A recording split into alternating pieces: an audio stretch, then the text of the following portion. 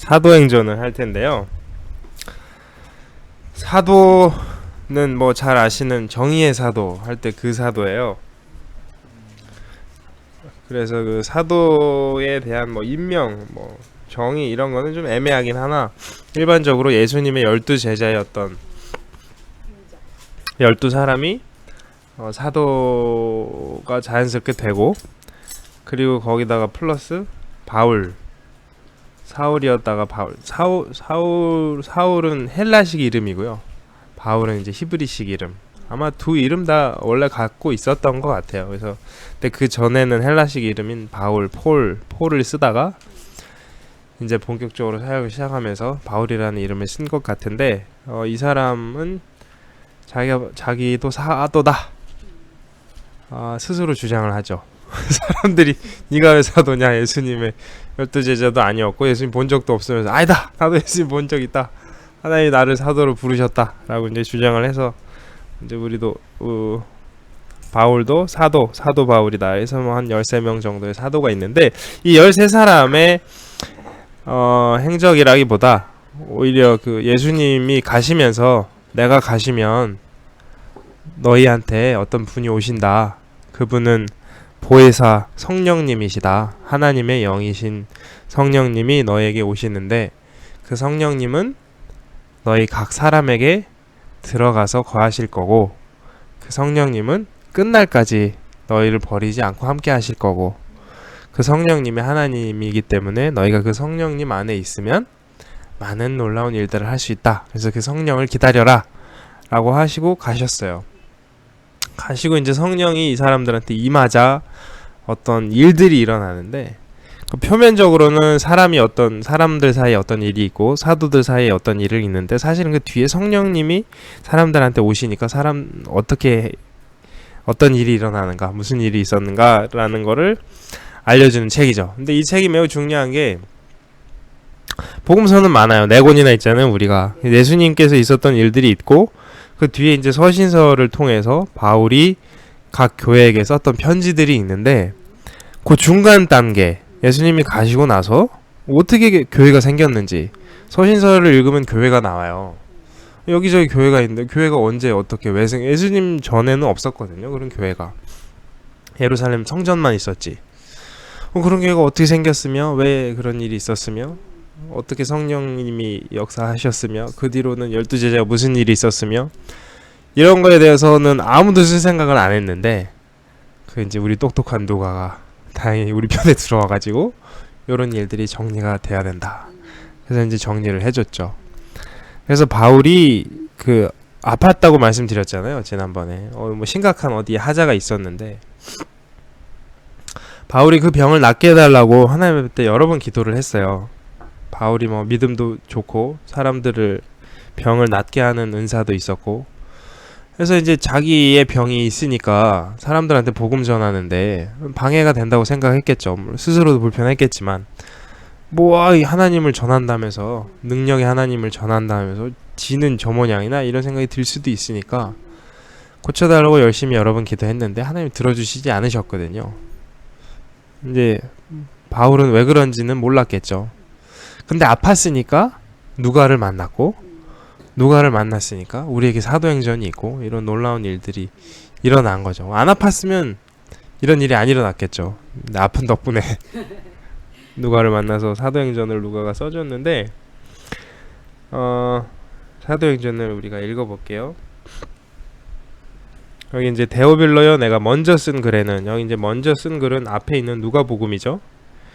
누가복음에는 무릇 예수께서 행하시며 가르치시기를 시작하신부터 그가 택하신 사도들에게 성령으로 명하시고 승천하신 날까지 이를 기록하였노라. 근데 그 뒤에 어떤 일들이 일어날지 기록할 텐데, 사도와 함께 모이서, 갑자기 사도라는 말이 나오죠. 제자들, 근데 아마 여기서는 12제자들뿐만 아니라 많은 제자들이랑 함께 있을 때 예수님께서 예루살렘을 떠나지 말고 내게서 들은 바 아버지께서 약속하신 것을 기다리라.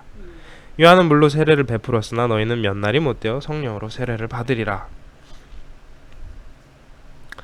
막 분위기가 이렇게 되니까 또 막 로마로부터 광복하는 날이 이때이니까, 예수님 부활하셔갖고 예수님 보니까 막 장난이 아닌데 이제 우리 광복합니까?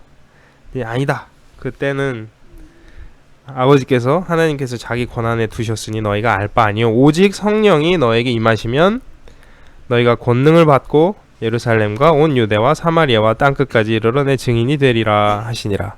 이게 되게 유명한 말씀이잖아요. 우리가 잘 아는 말씀인데 여기서 이제 중요한 건 성령이 임하시면이에요. 성령이 임하시면 어쩌고 저쩌고 저쩌고가 저쩌고를 하여라가 아니잖아요.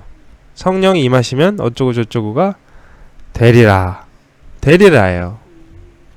가서 이걸 이런 거를 해라 이런 게 아니라 성령이 임하시면 니네가 그렇게 자동으로 돼 라는 거라서 우리가 지난 시간에 은사에 대해서 이야기했잖아요. 성령이 임하시면 우리한테 이런저런 은사들이 생기는데 그런 은사들이 생기면 물론 우리로서는 열심히 그 은사를 활용하고 전해야겠지만 이게 되는 거예요. 하는 게 아니라. 근데 이 뒤를 읽어보면 어떤 이런저런 일들이 일어나면서 이렇게 돼요. 이렇게 하는 게 아니라. 그리고 나서 이제 예수님이 사람들 보는데 올라가셨어요. 제가 지난번에 말씀드린 것처럼 예수님께서 저 하늘 위에 하늘나라가 있는 게 아니잖아요. 근데 이제 시청각 교육을 위해서 예수님께서 괜히 쭉 해가지고 하늘로 올라가서 구름에 가려서 안 보일 때까지 올라간 다음에 아 이제 됐나? 이러고 뿅 사라지셨는데 사람들이 이러고 있으니까 흰옷 입은 두 사람이 10절에 흰옷 입은 두 사람이 그들 곁에 서서 뭐 사람이라고 표현했지만 아마 천사였겠죠. 갈릴리 사람들은 어째 서서 하늘을 쳐다보느냐 너희 가운데서 하늘로 올려지신 이 예수는 하늘로 가심을 본 그대로 오시리라 하였느니라. 예수님 다시 이렇게 오실 건가 봐요. 모두가 다 보는데 하늘에서 구름 타고 다시 오시는 거죠. 그래서 이제 그때부터 예수님이 가시고 나서 이제 성령님이 오신다고 하니까 사람들이 모여서 거기서 이제 기도했어요. 기도하면서 죽은 가룟 유다 대신에 충원을 하는 장면이 나오고 열심히 기도를 하고 있는데 2장에 오순절 날이 이름에 오순절은 이제 50일 그 6월절 날로부터 50일 예수님께서 6월절 날에 잡히셔서 돌아가시고 3일 만에 부활을 하셔서 약 40일 정도 계시다가 가셨으니까 오순절이면 예수님이 하늘로 올리우신 날로부터 한 7일 정도 됐겠죠? 한 7일 정도 기도를 하고 있었더니 호련히 하늘로부터 급하고 강한 바람 같은 소리가 있어 온 집이 가득하며 마치 불의 혀처럼 갈라지는 것들이 그들에게 보여 각 사람 위에 하나씩 임하여 있더니 그들이 다 성령의 충만함을 받고 성령이 말하게 하심을 따라 다른 언어들로 말하기를 시작하니라. 우리가 요 사건이 마가의 다락방 사건이라고 흔히들 얘기하는데 그게 좀 애매한 게 여기 보면 성령이 임해가지고 사람들이 그전에 좀 숨어서 기도를 하고 있다가 성령이 임해가지고 그 사람들이 각각 다른 언어, 다른 외국어를 막 하는 거예요. 그러니까 외국어를 하는 거를 그 주변 사람들이 보고 이 사람들이 신기하다. 요 동네 촌 사람들 아니야? 왜 저렇게 외국어를 유창하게 하냐? 이런 얘기를 하는데 마가의 다락방에 있었으면 그 주변 사람들이 보고 이런 게 말이 안 되는데 성전 안에 어떤 데 있었는지 어쨌든 사람들이 보이는 곳에 있었나 봐요. 그건 이제 사람들이 이런 얘기를 해요. 그러니까 이제 어떤 사람들 무슨 소리 하냐 촌놈들이 뭔 외국어요 술 먹고 술주정하는구만. 그러니까 이제 베드로가 벌떡 일어나요. 그러더니 예루살렘에 사는 모든 사람들아 이 일로 너희를 알게 할 것이니 내 말에 귀를 기울이라. 때가 제 3시는 아니요 여기 나오는 1시 2시 3시는 플러스 6 하면 돼요. 플러스 6 오전 9시 그러니까 아침인데 너희와 같이 술 취한 것이 아니다. 이는 곧 선지자 요엘을 통하여 말씀하신 것이니 일러스되 막 요엘서를 얘기하면서 막 멋있게 연설을 하는 거예요. 그러니까 베드로 전혀 딴 사람인 거예요. 바로 그 전날 그 앞에 나오는 베드로 난 물고기 잡으러 가노라 하던 그 베드로, 터프한 시골 아저씨 베드로하고는 순식간에 딴 사람이 된 거예요. 그렇죠. 성령이 임하니까 사람이 바뀌는 거죠. 막 이런 뭐 베드로가 이런 멋있는 설교죠. 설교를 하니까 사람들이 막 감동해가지고, 야 그러면은 어떻게 해야 되냐. 그래가지고 막 예수 믿는 사람들이 하루에 3,000명씩, 하루에 5,000명씩 막 늘어나요. 그러고 있는데 43절에 사람마다 두려워하였는데 사도들로 말미암아 기사와 표적이 많이 나타나니 믿는 사람이 다 함께 있어 모든 물건을 서로 통용하고 또 재산과 소유를 팔아 각 사람의 필요를 따라 나눠주며 날마다 마음을 같이하여 성전에 모이기를 힘쓰고 집에서 떡을 떼며 기쁨과 순전한 마음으로 음식을 먹고 하나님을 찬미하며 또 온 백성에게 칭송을 받으니 주께서 구원받는 사람을 날마다 더하게 하시니라.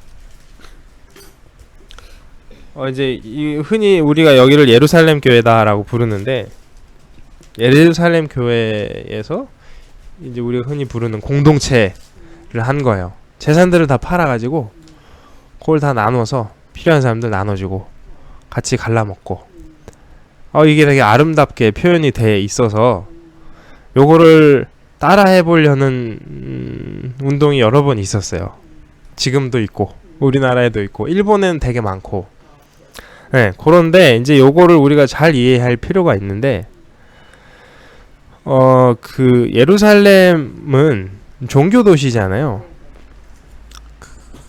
그 우리가 무슨 바닷가에 있는 가게들이 여름 한철 벌어서 먹고 살듯이 예루살렘은 종교 도시고, 그 3번 6월절, 7.7절 수장절에 온 세계에 있는 사람들이 예루살렘으로 모여들어서 이제 제사를 드리고 가기 때문에 그때 벌어들이는 수익이 엄청나고, 그 정도 수익이면 1년을 충분히 먹고 살만한 종교 도시예요. 여기서 뭐 농사를 짓는 것도 아니고 산꼭대기에 있으니까 거기서 무슨 목축을 하는 것도 아니고, 뭐 지금처럼 뭐 다른 뭐 IT 산업이나 제조업이 있지도 않았고 오로지 종교 도시예요. 종교로 직업을 갖고 종교로 돈을 벌고 또 종교로 다시 돈을 쓰고 뭐 이러는 종교 도시인데, 요 앞에 이제 그 복음서를 자세히 읽어보면 그 종교 지도자들이 예수님을 싫어했잖아요.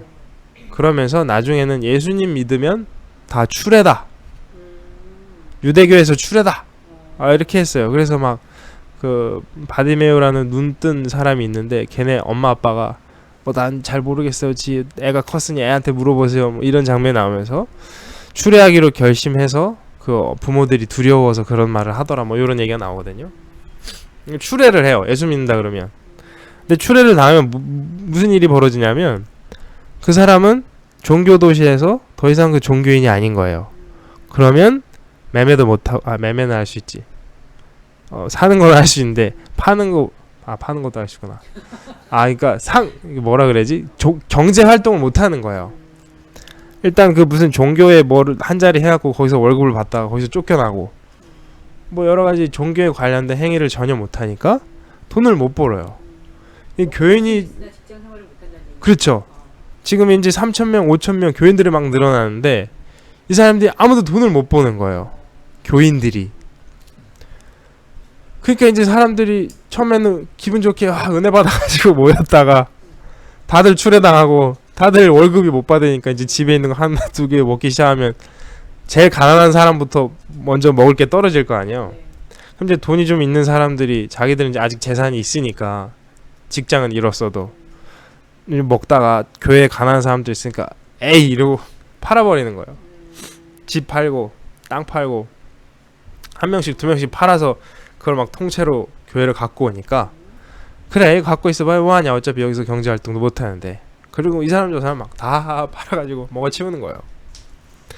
근데 이제 그게 얼핏 보면 아름다운데 그게 하루 이틀이지 그게 이제 지속되는데 한계가 있을 거 아니에요. 재산을 파는 게 한계 있으니까.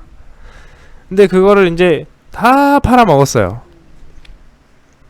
근데 예루살렘 교회로서는 그게 좋았던 게, 일단은 그렇게 해서 유지를 할 수 있었고, 또 하나는 그렇게 다 팔아 먹어버리니까 지금 요때가 예수님이 뭐 원년이 아니란 얘기도 있지만 원년에 태어나셨다고 가정을 하면 33살에 이제 돌아가셨으니까 이게 기원 후 33년이잖아요.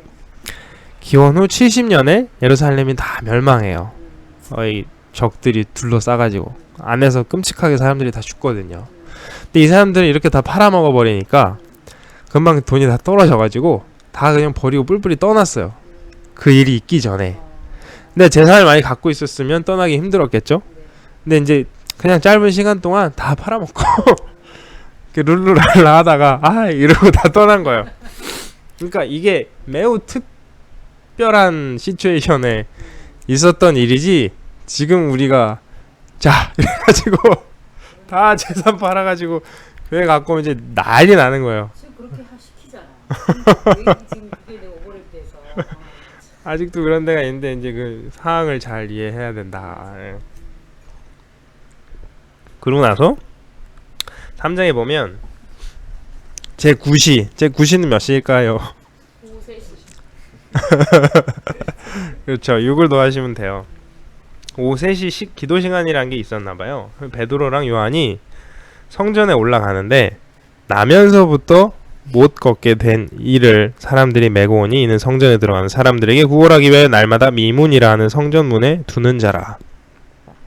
이제 미문이 아름다울 미자를 써서 아름다운 문인데 되게 유명한 문이에요. 사람들이 이제 흔히 성전 갈 때 흔히 왔다 갔다 하는 문이고, 이 사람이 이제 나면서부터인데 지금 이 사람 나이가 40 정도 됐다고 나중에 나오거든요. 그러니까 이 사람은 이제 평생 아마 구걸을 했을 테고 유명한 문에 있던 사람이니까 이 사람 유명한 사람이에요. 매일매일 그러니까 사람들이 지나다니는 사람마다 이 사람 볼 거 아니에요. 뭐 적선을 하는 사람도 있고 안 하는 사람들도 있겠지만 어쨌든 이 사람 얼굴 다 아는 유명한 장애인이에요. 이 유명한 장애인이 여기 있었어요. 근데 베드로와 요한이 성전에 들어가려 함을 보고 구걸하거늘. 근데 베드로와 요한도 성전에 뭐 하루 이틀 들락날락 한 게 아닐 테고 이 사람을 알고 있었을 텐데 그 전에는 안 그랬다가 이날 뭔가 이렇게 온다 뭔가 한 거예요.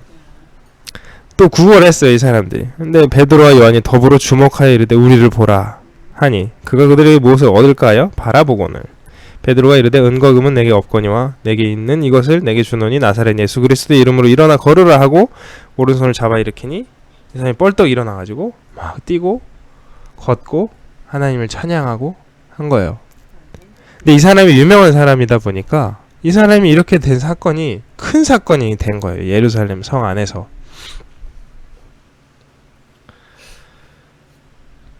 안 그래도 이제 원래 한 곳에 한쪽 구석에 숨어 있었잖아요. 예수 믿는 사람들이. 근데 이제 막 당당하게 나와가지고 예수 믿는 사람들이 막 늘어나고 이적과 기사가 막 일어나니까 서서히 이 예루살렘에 소동이 이슈가 되기 시작하는데 그 와중에 유명한 사람까지 고쳐놓으니까 완전 이제 큰 이슈가 된 거예요. 그러니까 이제 그 종교 지도자들은 예수님 잡아 죽이고 잘 됐다 속 시원하다 했는데 그 잔당들이 뭐 까불까불 할 줄 알았더니 잔당들이 막 오히려 또 막 힘을 얻어가지고 막 이러니까 안 되겠다 사람들 잡아라. 그러니까 베드로가 12절에 베드로가 이것을 보고 백성에 말하여 이르되 우리의 개인 권능과 경건으로 이 사람들을 걷게 한 것처럼 왜 우리를 주목하느냐. 우리가 한 게 아니다. 너희들이 잡아 죽인 그를 하나님이 다시 살리셨고 그분의 힘으로 한 것이다. 너희도 회개하고 돌이켜서 너희 죄 없이 함을 받으라. 이렇게 되면 니네 멸망한다. 이런 얘기들을 하니까 사람들이 막 당황해가지고 잡아가지고 막 못하게 하려고 하고 그랬는데 이 사람들이 우리가 니네 말을 듣겠냐 하나님의 말을 듣겠냐. 니네가 아무리 우리한테 말하지 말라고 해도 우리는 보고 들은 바를 전하지 않을 수 없다. 그러니까 이 사람들도 이제 할 말이 없고 그런 상황이 됐는데 그러다가 일단 그런 상황이 됐어요. 그래서 이제 이쪽 분위기가 막 이렇게 살아나고 사람들한테 막 되게 칭송을 얻고 관이나 이쪽 종교 지도자 척에서는 손대기가 힘들고 그래서 어쩌지 이러고 있는 상황에서 어떤 일이 일어나는데 5장에 보면 아나니아라 하는 사람이 그의 아내 삽비라와 더불어 소유를 팔아서 아까 말씀드린 대로 사람들이 다 이것저것 자기 재산 팔아가지고 같이 나눠 먹었다고 그랬잖아요. 근데 이제 아나니아라는 사람이랑 삽비라 이 부부가 얘기를 듣고 야 우리도 그렇게 하자. 뭐 있겠냐 어차피 우리도 출애당했고. 그래서 이제 재산을 팔았어요. 팔았는데 그 이제 판 값을 보고 욕심이 생겼나 봐요. 그래서 그 중에 얼마를 감추고 얼마를 가지고 간 거예요. 베드로가 물어봤어요. 이게 다냐? 다니이다. 그랬더니 베드로가 5장 3절에 베드로가 이르되 아나니아야 어찌하여 사탄이 네 마음에 가득하여 내가 성령을 속이고 땅값 얼마를 감추었느냐. 땅이 그대로 있을 때 내 땅이 아니며 판 후에도 내 마음대로 할 수가 없더냐. 어찌하여 이 일을 내 마음에 두느냐. 사람이 거짓말한 것이 아니라 하나님께로다. 이 말을 하니까 아나니아가 죽어버린 거예요.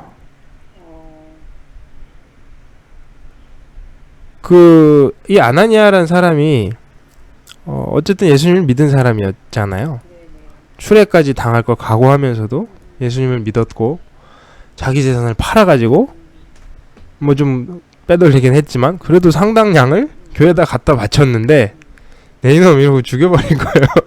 베드로 사람들이 야 베드로가 사람 죽였다 이러는데 베드로가 죽였다라기보다 지금 이 사람은 죽을 짓을 한 거예요. 죽을 짓을 해가지고 베드로가 그 얘기를 하자 죽었는데 뭐가 죽은 거냐면 성령을 속인 거예요. 내가 재산을 팔아서 1억에 팔았는데 한 4천은 우리 쓰려고 놔뒀고 6천 갖고 왔습니다. 그럼 오 대단하다 이러고 박수 받았을 텐데 그 거짓말을 한 거죠. 다 이게 다라고. 근데 이제 그것도 있거니와 여기 보면 재밌는 의외의 이야기가 나오는데 어찌하여 사탄이 네 마음에 가득하여. 이 아나니아가 예수 믿는 사람이고 교회에다가 헌금을 이렇게 많이 바치려고 하는데 사탄이 그 마음속에 있었대요. 요거는 제가 말씀드린 지리산 목사님이 젊으셨을 때 예수 믿은 지 얼마 안 됐을 때 있었던 이야기인데 자기가 이제 그 목사님이 이제 막 이제 성도님이 됐을 때 어떤 목사님 전도사님이었죠. 그때 지금 되게 유명한 목사님이에요. 되게 유명한 목사님인데 그 목사님이 전도사 시절에 교회 와가지고 집회 같은 거 한 거예요. 집회를 하다가 이런 사탄과 귀신에 대한 저기를 하면서 교인들이 이제 시골 교회니까 한 30 몇 명 정도 되는데 한 명씩 귀신을 쫓아내기 시작하는데 귀신이 나가는 거예요. 집사님들 귀신을 쫓아내는데 그래서 이분이 엄청 당황한 거예요. 이분은 이제 막 성도님이 됐는데 뭐 교인들이 다 홀리할 줄 알았는데 이 집사님한테서 귀신이 나가고 저 집사님한테 귀신이 나가고 막 이러니까 막 당황하고 있는데 이게 쫓아내는 집사님마다 귀신이 나가니까 이 전도사님도 자 그만하고 우리 설교를 듣는데 마음이 뭔가 괴롭고 울렁울렁하고 막 반감이 생기고 이런 분들 앞으로 나오시라고 그랬더니 나중에 이제 사모님이 된 이 목사님 와이프분이 벌떡 일어나서 나가시더래요. 그래서 이 목사님이 엄청 당황하신 거예요. 되게 점잖은 분이거든요. 근데 와이프가 일어나서 나가니까 게다가 그 사모님을 저도 알아요. 나중에 사모님 되셨을 때 이제 저도 아는 그분도 되게 점잖은 분인데 귀신 그런 사람 나가라니까 이제 이분이 일어나서 나가고 저 여자가 왜 저래 이제 나가니까 말릴 수도 없고 근데 이제 전도사님 앞에까지 나간 거예요. 그랬더니 이제 전도사님 뭐 딴 말도 안 하고 뭐 더러운 귀신아 나가 이러니까 이 사모님이라기보다 이제 그 안에 있는 귀신이었겠죠. 전도사님 되고 나갈게 이러고 나가더래는데 이제 이분은 귀신이고 뭐고 사모님이 자기 와이프가 전도사님한테 갑자기 반말을 하고 막 이러니까 엄청 당황한 거예요. 근데 그러고 나서 사모님이 변하는데 이제 이분이 갑자기 근데 이분이 되게 동네에서 멋있는 청년 새마을 운동하고 이래서 그래서 사모님이 결혼을 했는데 갑자기 예수를 믿더니 그거 다 때려치우고 맨날 교회 가고 맨날 전도사님 오시라 가지고 같이 성경 얘기하고 그러니까 사모님 좀 괴로웠던 거예요. 전도사님 맨날 집에 오는 것도 좀 힘들고 가난한 집에 손님 오시니까 뭐 대접할 것도 없는데 아유 와갖고 맨날 뭐 성경이 어쩌고 저쩌고 하나님이 어쩌고 저쩌고 하니까 막 그게 이제 약간 불만이었던 건데 하도 이제 점잖은 분이라 겉으로 표현은 안 했지만 그러고 믿음도 안 생기고 열심히 교회를 다니기는 하는데 근데 그때 나가게 한 이후로는 전도사님 오시면 기뻐하고 믿음이 생기기 시작하고 그러는 거예요.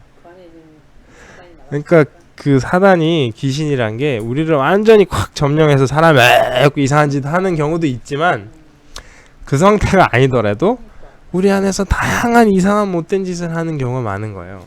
성령님도 똑같고 우리가 성령님이 완전 빡 예수님처럼 와 이렇게 이런 일이 안 일어나지만 우리 안에 성령님이 계시잖아요. 그 성령님이 우리 안에 여러 가지 일들을 행하시고 그런 것처럼 사단도 우리 안에서 여러 가지 일들을 하고 있어요. 그래서 우리가 그거를 이제 잘 그런 것들이 생길 때는 정체를 알면 이겨낼 수가 있거든요. 아무튼 아나니아도 예수 교회를 다니고 열심히 말씀을 보면서도 그 안에 사단이 있다가 죽은 거예요. 근데 와이프가 나중에 왔는데 고의를 모르고 들어온 거야. 남편 죽은지도 모르고. 이제 베드로가 야 이런 일이 있었다는데 남편이 이거 다라 그러는데 다냐? 근데 와이프 단대요. 야 너도 그러냐? 잘 가라. 와이프도 죽었어요. 이런 일이 있으니까 이제 사람들이 깜짝 놀라서 다 두려워하면서 성령과 성령이 임재하신 베드로와 베드로 완전 딴 사람이 됐죠. 그런 일들이 있는 거예요. 그래가지고 이제 막 사람들이 갇히고 이런 일들이 있는데 헤롯이 저기를 12 제자 중에 한 명인 야고보를 죽였어요. 정확한 이야기는 안 나오는데 아마 약간 홧김에 죽인 것 같아요. 지금 이제 마음에 안 드니까 잡아두긴 했는데 인기가 너무 좋으니까 죽이지는 못하고 있었거든요. 근데 이제 헤롯이 뭐 못된 소리 하니까 야고보가 바른 얘기 하다가 아마 홧김에 죽여버린 것 같아요. 죽여놓고 어떡하지 했는데 오히려 사람들이 좋아하는 거예요. 그래서 오 괜찮네 얘네 죽여도 그 또 이쪽 세력도 있네 이러고 이제 베드로랑 뭐 다 죽이려고 잡아 가둔 거예요. 죽이려고.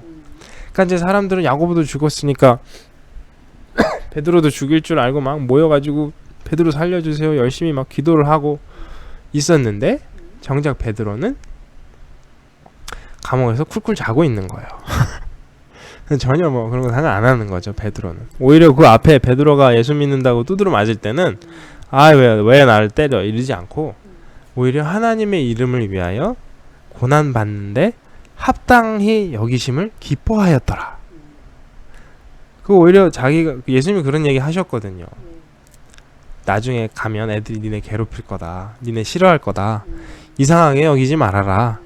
니네가 선한 일 하면 싫어한다. 얘네 나 싫어하고 나 죽이려고 하는 거 봐라.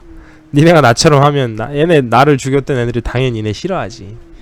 그런 얘기를 했는데 그런 얘기를 기억하고 있다가 오히려 기뻐하고 있었는데 뭐 죽음이 다음날 낙쳐왔어도 뭐 죽을 때 되면 죽겠지. 그럼 베드로는 꿀꿀 자고 있는 거예요. 근데 아직 베드로는 죽을 때가 안 됐어. 천사를 보냈어요. 근데 천사를 하나님이 누굴 보내셨는지 모르겠는데 요 천사는 상냥한 천사가 아니야. 좀 텀프한 천사를 보냈나봐요. 천사가 짠 나타났어요. 베드로야. 근데 자고 있잖아요. 천사 약간 짜증이 났나봐요. 베드로 옆구리를 발로 걷어 찼어요. 베드로 이랬는데 야 따라와. 이러고 따라간 거예요. 이러고 따라갔는데 따라가니까 그 막 간수들이 지키고 있는 여러 가지 네 겹의 그 감옥 문이 있었거든요. 그냥 쑥쑥쑥쑥 지나간 거예요. 근데 이제 베드로는 자다가 일어나고 제정신이 아닌 거예요. 이러고 있다가 안전한 길까지 데리고 나오자 천사는 그냥 간단 말도 없이 쑥 가버렸어요. 그 베드로가 이러고 있다가 길까지 나와서야 정신이 든 거예요. 아 내가 감옥에 있었는데 하나님이 천사를 보내주셔서 나를 이렇게 밖으로 꺼내주셨구나. 그래서 이제 성도들이 모인 곳에 갔어요. 근데 이제 재밌는 일이 여기도 있는데 성도들이 베드로 살려주세요 이러고 열심히 모여서 기도를 하고 있었어요. 근데 이제 밖에서 베드로가 막 문을 두드리니까 거기 이제 여자애 하나가 문을 열어주러 간 거예요. 누가 문을 두드리니까 이제 베드로가 나야 문 열어 문 열어 하니까 이제 여자가 나가다가 소리를 들어보니까 베드로 목소리인 거예요. 근데 너무 기뻐가지고 문 여는 걸 까먹고 쫓아 들어가가지고 아 베드로 선생님 오셨다고. 그러니까 이 사람들이 베드로 살려달라고 열심히 기도를 하고 있었잖아요. 근데 베드로가 올 거는 안 믿는 거예요. 뭔 소리 하냐고. 베드로 지금 거기 갇혀있는데 어떻게 오냐고. 아니라고. 베드로 진짜 왔다고. 네가 아마 베드로의 천사나 베드로의 영쯤 되는 소리를 들었겠지. 베드로 갇혀있는데 올 리가 있냐고. 근데 이제 베드로는 문을 안 열으니까 문 좀 열으라고 나왔다고. 그 열어보니까 베드로 온 거예요. 이제 다들 이제 기뻐해가지고 어떻게 된 겁니까? 천사가 와서 나 꺼내줬다고. 와 역시 막. 이제 마마 어떡하니? 네, 요런 일이 있었어요. 그러고 있다가 그 6장에 보시면 그 교회에 문제가 생겨요. 요 정도 되는 교회인데 이런 베드로가 목회하는 교회인데도 문제가 생겨요. 무슨 문제가 생겼냐면 헬라파 유대인과 히브리파 유대인이 갈리는 거예요. 이게 뭐냐면 정통 유대인들이 있고 그때 말씀드린 대로 정통 유대인이 아닌 다른 이제 그러니까 그 법적으로 치면 로마인이죠. 로마인이고 문화적으로 치면 그리스인, 헬라인이고 그 헬라인들이 있고 유대인들이 있는데 다 예수를 믿으면 다 예수 믿는 사람들이잖아요. 교인, 성도들이잖아요. 요 성도들 간에 약간의 갈등이 있는 거예요. 지들끼리 뭉쳐서 헬라파, 유대파 뭐 이제 갈등이 있는데 네, 그렇죠. 근데 이제 그 항상 보면 고아와 과부가 있어요. 지금도 고아와 과부는 힘들긴 하나 요 시대의 고아와 과부는 경제력이 전혀 없는 뭐 복지도 안 되고 고아원도 없고 시설도 없으니까 그러니까 오히려 구걸 내지는 뭐 딴 거밖에 없는데 차라리 장애인이면 구걸을 하기 쉬워요. 장애인인가 보다. 근데 이제 애들이 구걸을 하고 있으면 니네 뭐야 이거 발로 걷어차고 여자들이 과부들이 구걸을 하고 있으면 가서 몸이나 팔지 구걸을 해. 이렇게 되니까 그렇게까지 안 하려면 먹고 살 길이 애매한 거예요. 그래서 항상 하나님이 옛날부터 레위기 때부터 고아랑 과부는 항상 돌봐주어라.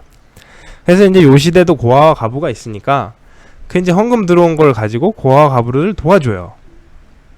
근데 12제자가 다 유대파잖아요. 정통 유대인들. 그러니까 약간 유대파가 약간 더 힘이 있었나 봐요. 그랬다 보니까 이 사람들이 유대파 쪽 고아와 과부를 더 챙기는 거예요. 그러니까 이제 헬라파 쪽 고아와 과부들은 불만이 생길 거 아니에요. 네, 그러니까 이제 그 예수님 제자들 보고 불만을 토로한 거예요. 우리 사람들 어쩌고 하니까 12제자 고민을 하다가 이걸 우리가 나서서 해결할 일이 아니다. 우리는 오직 말씀 전하는 것과 기도에 힘쓰고 요런 일, 교회 행정이잖아요. 교회 행정을 담당할 사람들을 뽑자. 그거를 집사라 부르자. 그 7명을 뽑아요. 그래서 7 집사가 뽑히거든요. 그러니까 이제 핵심은 여기 이제 12제자들 사도들은 그러니까 지금으로 말하면 목사님 같은 거죠. 이제 말씀 전하고 그리고 이제 교회 행정을 돌볼 집사님들 7분을 뽑아요. 근데 그렇게 많은 사람들 중에 7명이었으니까 보통의 실력과 보통의 영성이 아니었겠죠. 근데 그 중에 한 분이 스데반이라는 분이었어요. 근데 요 스데반이라는 분에 대해서 뭐 여러 가지 이야기들이 있는데 바울이랑 동기동창이다. 옛날에 뭐 이런 얘기들이 있어요. 그 이제 가말리엘이라는 대단한 학자가 있었는데 바울이 그 학자 제자 출신이거든요. 근데 이제 스데반도 거기 출신이다. 그래서 유대인 정통 유대인이었는데 복음을 받아들이고 예수님을 믿었다. 뭐 이런 얘기들이 있는데 스데반이 7장에 보면 스데반의 설교가 나와요. 근데 설교가 딴 게 아니라 여러분 부형들이여 형제와 아버지들이여. 그래서 이제 아브라함부터 그냥 지금 우리가 하는 것처럼 성경 이야기를 쭉 해줘요. 쭉쭉쭉쭉쭉쭉쭉 해주다가 얘기가 쭉쭉쭉쭉 지나서 예수님 이야기까지 온 거예요. 예수님 이야기까지 오니까 51절에 7장 51절 목이 곧고 마음과 귀 할례를 받지 못한 사람들아, 너희도 너희 조상과 같이 항상 성령을 거스르는도다. 너희 조상들이 선지자들 중에 누구를 박해하지 아니하였느냐? 의인이 오시리라 예고한 자들 그들이 죽였고 이제 너희는 그 의인을 잡아준 자여 살인한 자가 되나니 너희는 천사가 전한 율법을 받고도 지키지 아니하였도다 하니라. 요런 비슷한 얘기를 앞에 바드로도 한번 했었는데, 요런 얘기를 할 때 마음이 찔리잖아요. 마음이 찔릴 때 그래 우리가 잘못했다, 예수님이 좋은 분이었는데 죽였구나, 이제 우리가 어떻게 해야 할꼬. 그러면 세례를 받고 너희들이 성령을 받아서 예수 믿는 사람이 바르게 되어라. 그 찔림을 반대까지 똑하는데 지금 얘네들은 반대로 반응을 한 거예요. 그들이 이 말을 듣고 마음에 찔려 그를 향하여 이를 갈거늘. 스데반인지 어이 저 자식 이러고 이제 이를 뿌득뿌득 갈고 있는데, 스데반이 성령 충만하여 하늘을 우러러 주목하여 하나님의 영광과 및 예수께서 하나님의 우편에 서신 것을 보고 말하되, 보라 하늘이 열리고 인자가 하나님 우편에 서신 것을 보노라 한대. 그러니까 하나님이 스데반은 여기서 죽이실 생각이셨나봐요.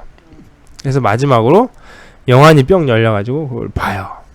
그러니까 사람들이 큰 소리를 지르며 귀를 막고 일제히 그에게 달려들어 성 밖으로 내치고 돌로 칠세. 증인들이 옷을 벗어 사울이라 하는 청년을 발 앞에 두니라. 그들이 돌로 스데반을 치니 스데반이 부르짖어 이르되 주 예수여 내 영혼을 받으시옵소서 하고 무릎을 꿇고 크게 불러 이르되 주여 이 죄를 그들에게 돌리지 마옵소서 하며 이 말을 하고 자니라. 스데반이 죽은 거예요. 순교를 당했어요. 스데반이 죽자 많은 사람들이 무서워서 도망간 거예요. 예루살렘에 있을 수 없어서 딴 데로 막 도망을 갔어요. 스데반 한 명 죽고 나니까 사람들이 눈이 뻘개가지고 야 예수 믿는 놈들 다 잡아 죽여! 막 분위기 이렇게 되니까 다 도망을 갔어요. 근데 이제 도망간 게 정말 잘 된 게, 성령이 임하시면 너희가 온 유대와, 유대에는 복음이 막 퍼졌잖아요. 베드로를 통해서. 사마리아와 땅끝까지 이르러 내 증인이 되리라. 되리라인데 아직은 유대만 되리라고 되어 있었던 거예요. 근데 스데반이 죽자 사람들이 무서워서 도망갔지만 도망간 그 각지에서 또 예수님을 전하는 거예요. 그러니까 복음이 막 퍼져나가기 시작하는 거예요. 그래서 사마리아에 또 8장에 보면 사마리아에도 복음이 전해져요. 그러니까 예수님 말씀대로 우리가 하는 게 아니에요. 항상 하나님이 하시는 일은 성령이 우리 안에 임하시고 우리가 그 인도하심대로 그대로 살면 온 유대에 전해지더니 이제는 사마리아에 전해지더니 땅끝까지 전해지는 일들이 하나 일어나는데, 빌립이라는 전도자, 이 집사랑 전도자는 또 어떻게 다른지 모르겠는데 빌립이라는 사람이 있었어요. 전도자인데 에티오피아에서 4시간 한 사람 올라와요. 여왕 간닥의 모든 국고를 맡은 관리인 4시가 예배하러 예루살렘에 왔다. 이거에 대한 이제 설이 약간 다양한데, 이 에티오피아가 옛날에 그 스바 여왕의 그 스바와 같은 나라다 아니다 뭐 요런 얘기들이 있긴 한데, 옛날에 스바 여왕이 그 솔로몬한테 이게 얻어가가지고 뭐 이제 법궤를 뺏어갔던 설도 있고 솔로몬의 씨앗을 가져갔다는 설도 있는데, 어쨌든 그게 있었잖아요. 근데 그게 여기까지 왔는지 아직 여전히 여왕이 왕하고 있어요. 여자가 왕을 하고 있어요. 근데 이제 그 여자가 왕을 할 때 내시가, 우리나라 옛날에 내시는 에이 이런 것만 했는데 나라마다 내시가 매우 중요한 역할들을 하는 곳이 있는데, 여기는 이 나라에는 국고 맡은 자, 그러니까 재무장관 정도 되는 사람이 내시였어요. 이 사람이 옛날부터 전해 들은 얘기가 있었던지 예루살렘에 온 거예요. 복음을 들으러. 아마 예수님 이야기는 모르고 하나님 이야기를 알려고 왔겠죠? 이제 온 김에 야 성경책 한 권 사가자. 그리고 이제 기독교 서점을 갔어요. 성경책 한 권 주시오. 성경책이 되게 많은데 그 중에 뭘 드릴까요? 당황한 거예요. 성경책이 많아? 이렇게 하다가 제일 비싼 거 주시오. 뭐 비싼 거고 싼 거 없고 두꺼운 게 제일 비싼 거라고. 그럼 제일 두꺼운 거 주시오. 제일 두꺼운 게 뭐냐면 이사야서예요. 이사야서를 산 거예요. 해필 어려운 이사야서를 이 사람이 사가지고 돈이 많을 테니까 집에 가는 길에 읽고 있는 거예요. 근데 하나도 모르겠지. 앞도 뒤도 없이 갑자기 이사야를 읽고 있으니까 모르는 거예요. 이러면서 읽고 있는데 성령이 빌립에게 나타나서 야 거기 가봐라. 그래서 빌립이 성령 인도하심 따라 갔더니 보니까 내시가 멋있는 수레를 타고 이사야서를 읽고 있는 거예요. 물어봐요. 여보시오, 읽고 있는 것을 깨달으시오. 가르치는 자가 없으니 어찌 깨달으리요. 그러니까 빌립이 내가 가르쳐 줄까요? 아, 이거 아냐고. 아, 안다고. 그래서 타라고. 그래서 술에 탔어요. 그래서 이제 빌립이 이사야서를 쫙 이야기를 해줘요. 근데 이사야서에 예수님을 이야기하는 이야기가 여러 개 나오거든요. 그 지금 이거 지금 이사야서 얘기하는 이 사람이 누구냐고. 자기 얘기하는 거냐고. 딴 사람 얘기하는 거냐고. 이 사람이 바로 예수님이라고 쫙 얘기를 해주니까 이 내시가 바로 받아들인 거예요. 와, 예수님이 하나님이시구나. 근데 가다가 물이 있으니까 여기 물이 있는데 내가 세례를 받는 것을 누가 막으리요? 세례를 주시오. 이제 빌립이 이 사람한테 세례를 줘요. 그러자 이제 다시 성령이 빌립을 뿅 데리고 가서 빌립을 보이지는 않는데 그 뒤에 이야기는 없지만 이 내시가 그렇게 하고 자기네 나라 돌아가서 아마 또 많은 복음을 전했겠죠. 그래서 이제 땅끝까지 복음이 막 전해지는 거예요. 이제 분위기가 이렇게 이쪽에서는 잘 무르익어 가고 있는데 아까 사울이라는 사람이 이 사람 이제 혈기 등등해갖고 예수 믿는 사람들 다 잡아 죽여야 돼. 그리고 막 예수만 믿는다 그러면 잡아다가 관가에 넘겨주고 막 죽이고 막 이런 짓을 하고 있었어요.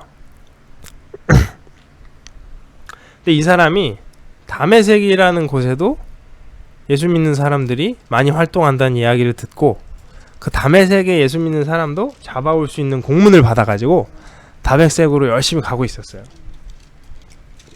근데 갑자기 빛이 빡 비추니까 말에서 떨어진 거예요. 그래서 와, 누구시니까? 네가 괴롭히는 예수다. 그러니까 사울이 엄청 당황을 했겠죠? 와! 아무 말도 못하고 있으니까 너는 일어나라. 시내로 들어가라. 시내로 들어가면 누가 널 만나러 올 거다. 그 사람이 시키는 대로 해라. 이랬는데 이게 사울한테는 요런 얘기로 들렸는데 주변 사람들한테는 막 이런 새로 들렸나봐요. 그래서 이제 천둥이 쳤나? 이러고 있는데 사울은 막 그러더니 눈을 못 뜨는 거예요. 앞이 안 보여. 그래가지고 막 이러고 있는 사울을 이 사람들이 끌고 가요. 어쨌든 가는 길이니까 그 이제 다메섹으로 끌고 가요. 근데 사울은 엄청 쇼크를 먹었겠죠? 이 사람 되게 강직한 사람이거든요. 어리술 적부터 되게 철저하게 교육을 받은 사람이어서 예수는 이단이다 이러고 이제 잡아 죽이려고 그랬는데 그 예수님이 그런 식으로 나타나면 이거 뭐 이상한 건 아니잖아요. 신쯤 돼야 그 정도 되지. 그러니까 이거 당황스러워가지고 밥도 못 먹고 그냥 그러고 앉아 있어요. 그러고 있는데 이제 다메섹에 아나니아라는 어떤 사람이 살고 있었는데 되게 거룩한 사람이었나 봐요. 하나님이 이 사람한테 나타나가지고 직가라고 하는 거리로 가라. 이렇게 스트레이트 스트릿.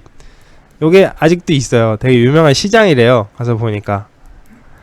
그 시장으로 가라. 거기 이제 사울이라는 사람이 있으니까 그 사람한테 가서 안수해가지고 그 사람 눈 못 보고 있으니까 눈을 보게 해라.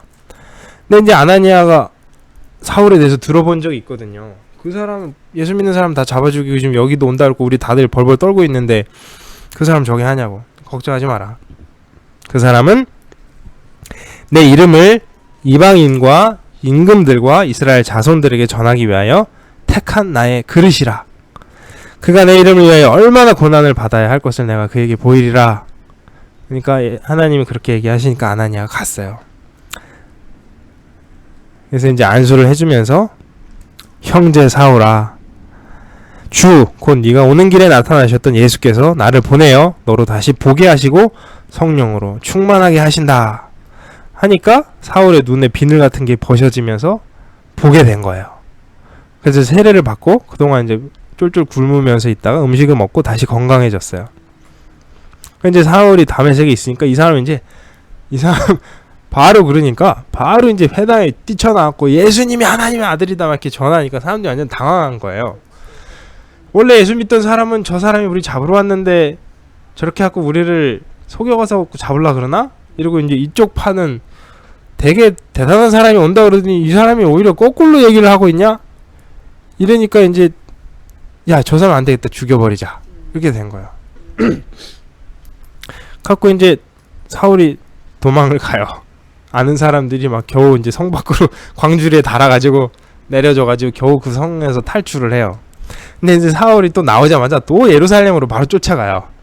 그래갖고 예수님이 하나님의 아들이다 막 이러니까 그 동네 사람들이 다들 두려워갖고 믿지 않고 막 두려워서 떨고 막 도망가고 이러는 거예요. 근데 이 사람은 이제 바로 야, 나는 이제 예수님 12제자급이야 이러고 이제 12제자들이랑 놀라고 막 이렇게 들이대요. 그러니까 사람들이 안 받아주잖아요. 그래가지고 이제 바울이 거기서 이제 좀 고민을 하다가 이제 고향으로 내려가요. 아 이게 내 생각 같지가 않구나. 이게 내가 하루 만에 뿅 해가지고 할 이야기가 아니구나. 그래서 이제 정확한 날짜는 안 나오는데 고향 다소라는 곳에 가가지고 좀 푹 썩었어요. 뭐 짧게는 7년, 14년, 20년 동안 꽤 긴 시간 동안 푹 썩었는데 이 사람은 그 누구보다도 율법과 유대교에 대해서 잘 알던 사람이에요. 구약 성경에 대해서.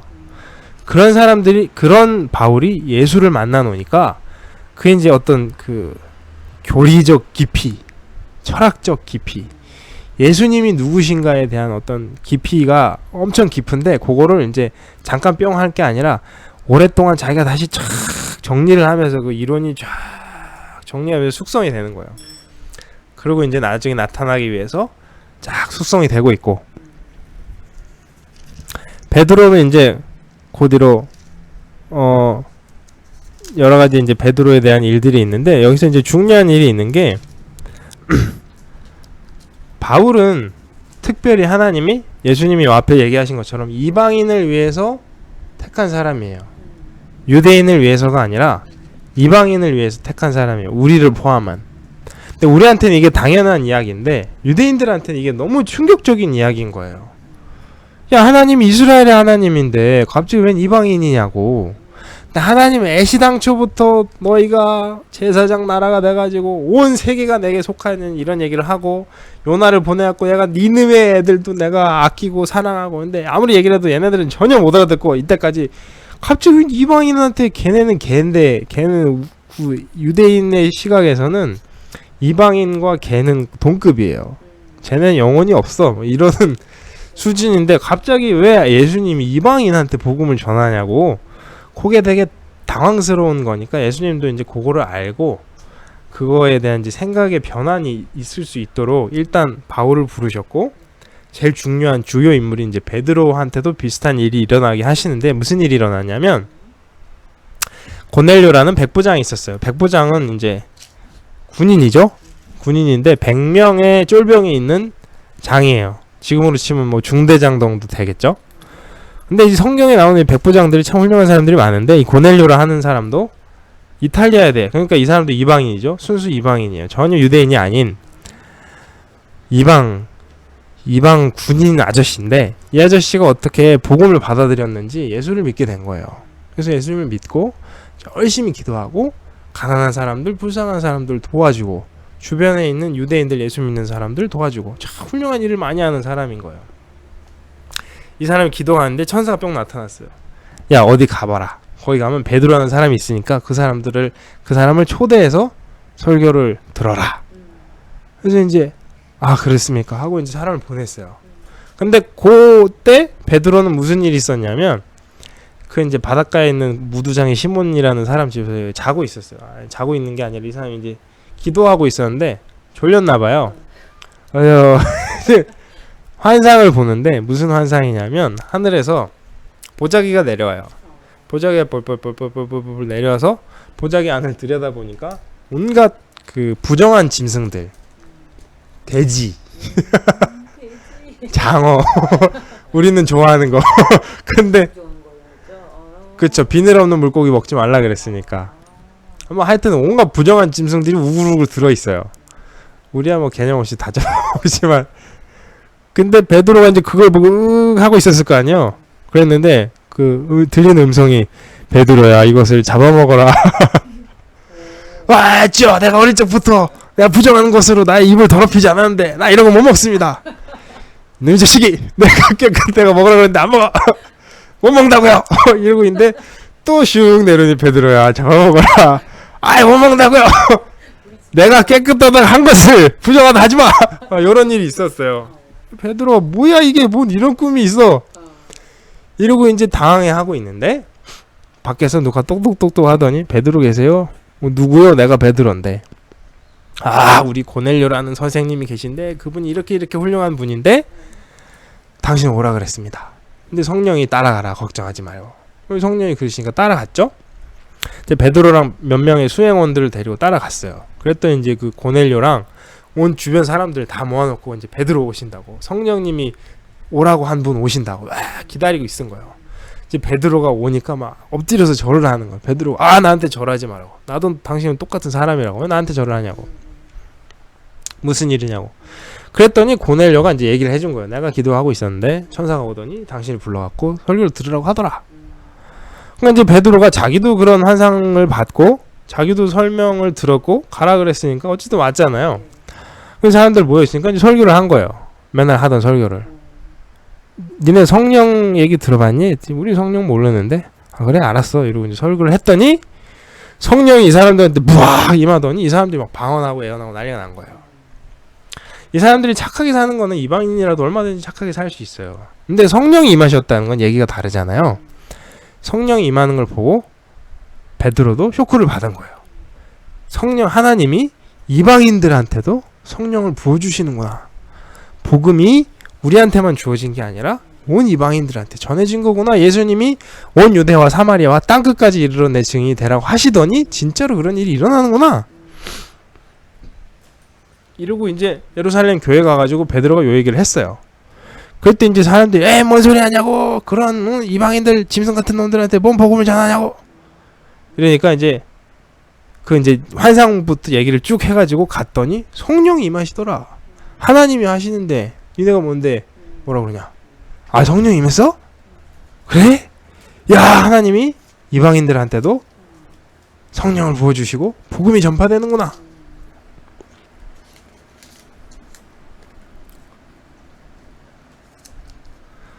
이제 그런 일들이 있는데 사울이 돌아와요. 이제 나 이제 좀 준비됐어. 나 좀 써줘. 그러고 있는데 여전히 사람들이 사울에 대해서 이미지가 안 좋아요. 근데 여기 이제 바나바라 하는 사람이 있어요. 바는 아들이에요, 아들. 바르 나바스. 나바스의 아들 요런 뜻인데. 네. 바 디메오. 이름 디메오의 아들. 바르 예수. 예수의 아들.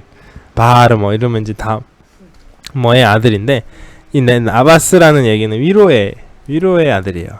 그러니까 이 바나바라는 사람이 성격이 참 좋았나 봐요. 되게 이제 둥글둥글하고 사람 좋고 막 사람 많고 이런 사람이었어요. 그래서 항상 이렇게 교회에 이제 찌질한 사람들이 있으면 데렸다가 돈도 많고 자기 재산 팔아가지고 이제 이런 참 좋은 사람, 이렇게 덕망이 높은 사람이었는데 보니까 이 사울이라는 사람이 참 강직하고 예수에 대해서 바르게 알고 있는데 인상 때문에 생긴 것도 이상하고 옛날에 예수님 잡아주기던 예수 믿는 사람 잡아주기던 사람이니까 사람들이 안 좋아하고 있는데 자기 보니까 괜찮은 사람인 것 같아. 그래서 가지고 바울 오시오. 당신 같이 사역합시다. 바나바가 이렇게 해주니까 교회에서도 이제 받아들였어요. 그래서 이제 사람들이 바나바와 사울을 전도자로 보내요. 그래갖고 처음에는 이제 바나바와 사울이 팀이 돼서 전도를 해요. 전도를 이제 여기저기서 전도를 하고 있는데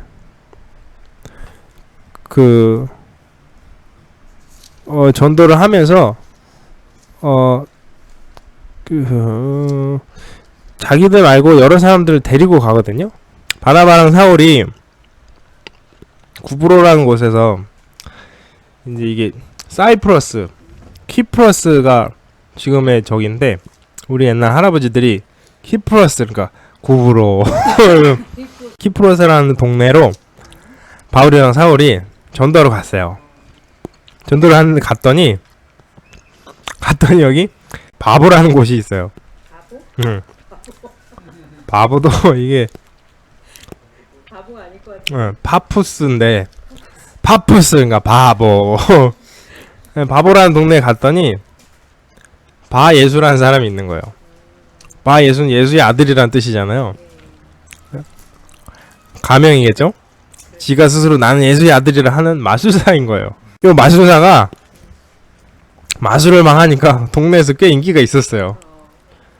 그 사람들이 이 마술사 바예수라는 사람들을 잘 이게 따르고 있었는데 바울이랑 이 바나바랑 와가지고 막 예수를 전하니까 총독이 오히려 그 사람을 쫓아가는 거예요.